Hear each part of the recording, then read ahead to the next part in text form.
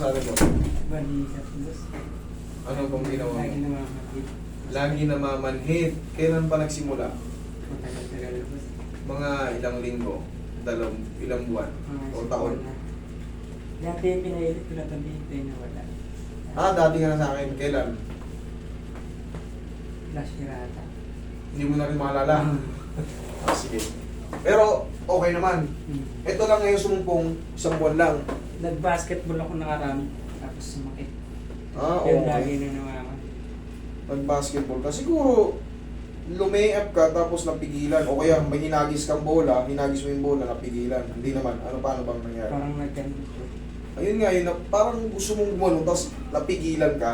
Gusto mong ibaba, pinigilan ka. Kadalasan gano'n eh. Pero ito, isang buwan pa lang. Namamanhid. Sige, total, galing ka na sa akin, alam mo na to. Maayos na raw eh. Yan ko lang.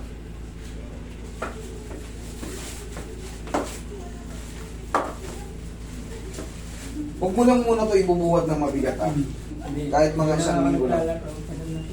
Doon ka muna. Kung ito, ibubuhat mo to mga pang-ano lang, pang-ala-alalay lang. Sa kaliwa ka muna kasi iaangat natin yan tapos ito ia-align ko yan dito. Baka nagbago yung joint niya eh. Tapos may swelling.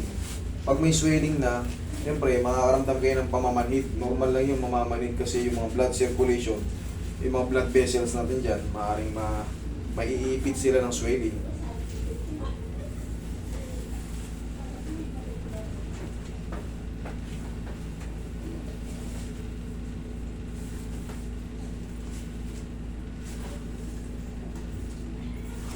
Higa kang patagilid. Barin mo muna yung shoes mo. Higa kang patagilid. And I do believe what I do. Higa kang patagilid.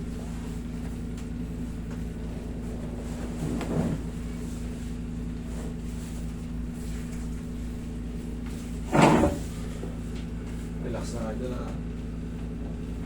Yan. Kabilang side.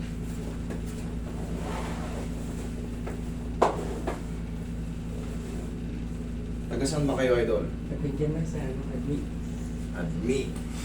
Okay, relax. Okay, tapak.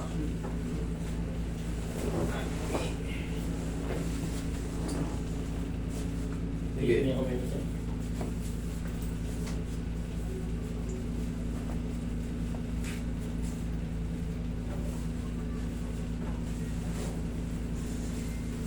Nagmumotor ka ba, idol? Opo. Yan, maghahangin dyan mo hindi. Pag nakaganon tayo sa manibela, papasukin ng hangin ngayon, lamig. Nangyarang Kaya sobrang kirot. makero.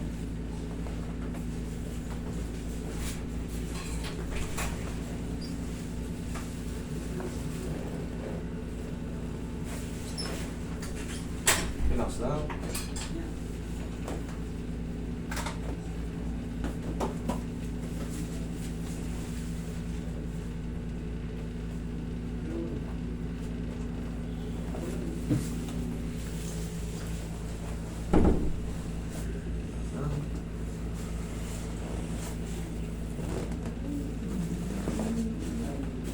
Okay. Yan ka lang, sir. Sama mo na yung balakang mo, sir. Wala si sir yan. Ay, ganito mo. Tapos mo mag-ride. So. Tsaka yung mga ganyan. Ihaya ka doon.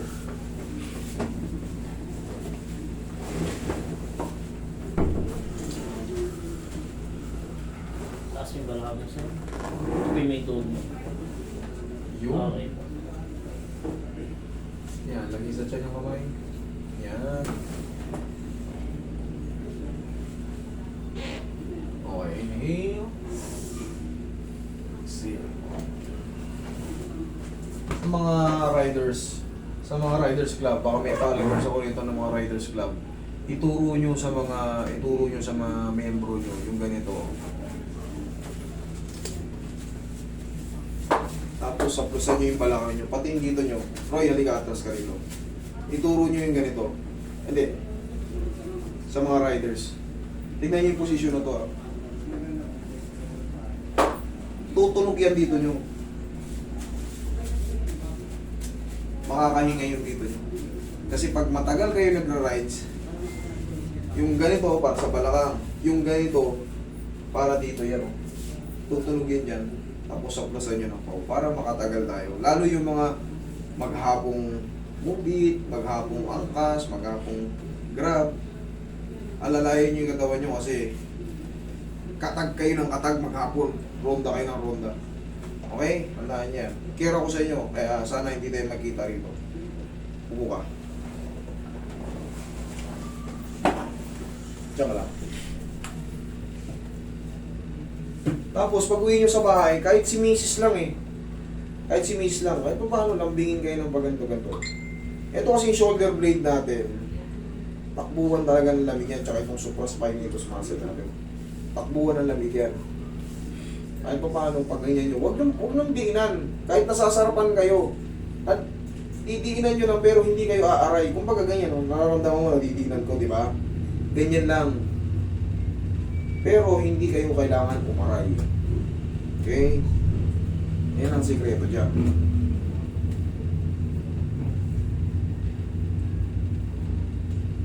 Tinuturo ko sa inyo to para yung kinikita nyo, hindi na malaan papunta rito, mailaan na lang sa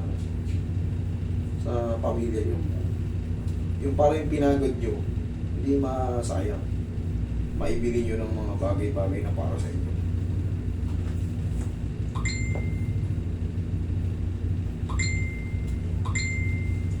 Tapos, ito yung ganito.